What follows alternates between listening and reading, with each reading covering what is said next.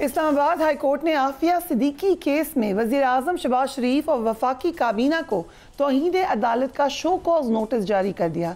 वज़ीर आज़म और उनकी काबीना को आफिया सिद्दीकी की रिहाई, सेहत और वतन वापसी से मुतालिक रिपोर्ट पेश ना करने पर यह नोटिस जारी किया गया।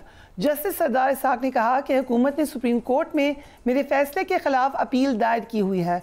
जज अगर चाहे भी तो छुट्टियों में काम नहीं कर सकता। माजी में जजेस का रोस्टर मखसूस केसेस के फैसलों के लिए इस्तेमाल हो चुका है। फौजिया सिद्दीकी पाकिस्तान की बेटी हैं। अपील सुप्रीम कोर्ट में मुकर्रर है। जज छुट्टी के दिन अदालत में इंसाफ फराहम करने के लिए बैठना चाहता है।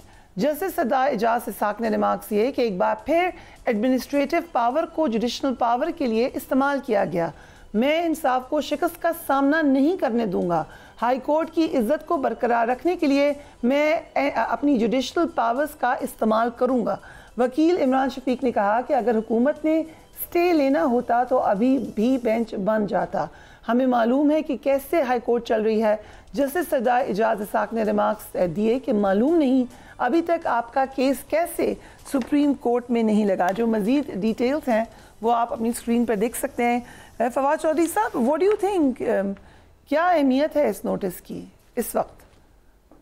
कोई अहमियत नहीं है। आज इसाक साहब जो है मेरा ख्याल है उस रेयर ब्रीड में है इस वक्त कि जिनको एक्सट्रीमिस्ट, चाहे वो पीटीआई में हो, पीएमएलएन में हो, पीपल्स पार्टी में हो, और बाकी जो हैं वो तो हैं ही, वो भी उनके सख्त खिलाफ हैं, भी उनके साथ खुश नहीं है।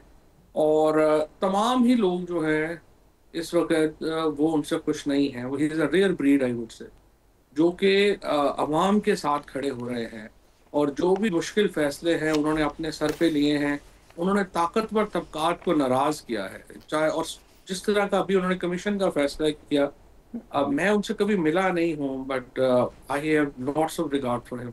जिस तरीके से वो खड़े हुए, बड़ा मुश्किल है पाकिस्तान में शिद्दत पसंदी के खिलाफ बात करना। मैं तो भुगता हूँ रोज, बड़ा मुश्किल। लेकिन मेरी नज़र में he is I have huge respect for जज साहब। लेकिन ये जो नोटिस है, जाहिर है कि इस पे इसके अमल दरामद की नौबत नहीं आएगी, वो पहले सस्पेंड हो जाएगा।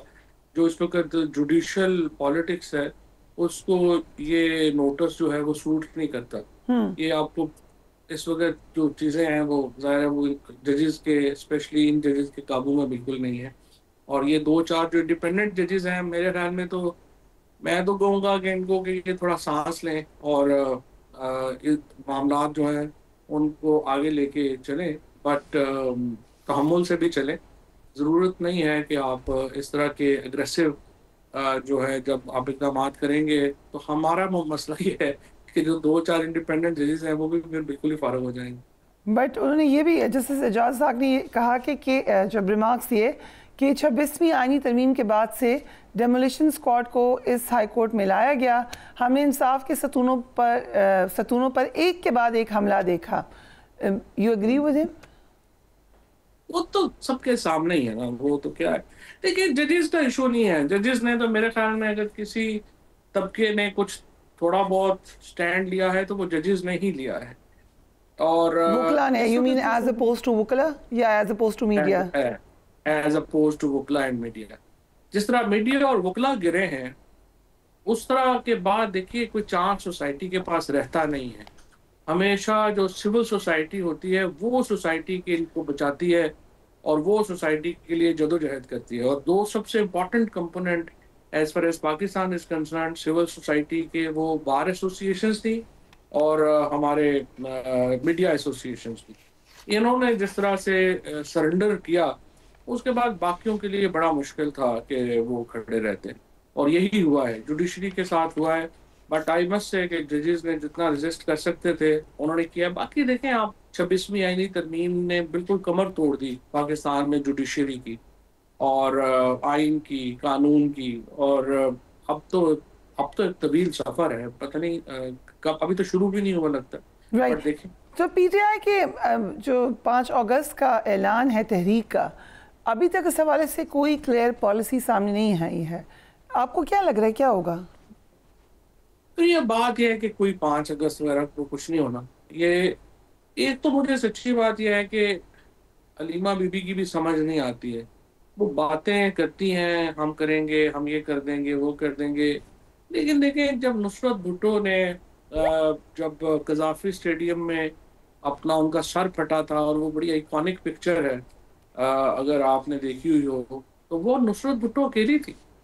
इसी तरह से कुलसूम नवाज बीबी, जब वो आइकॉनिक पिक्चर है, जब उनको वो क्रेन उठा रही है, वो गाड़ी में अकेली थी। और उस वक़्त आपको याद होगा, सारी पार्टी तो नवाज शरीफ साहब को छोड़ के जा चुकी थी।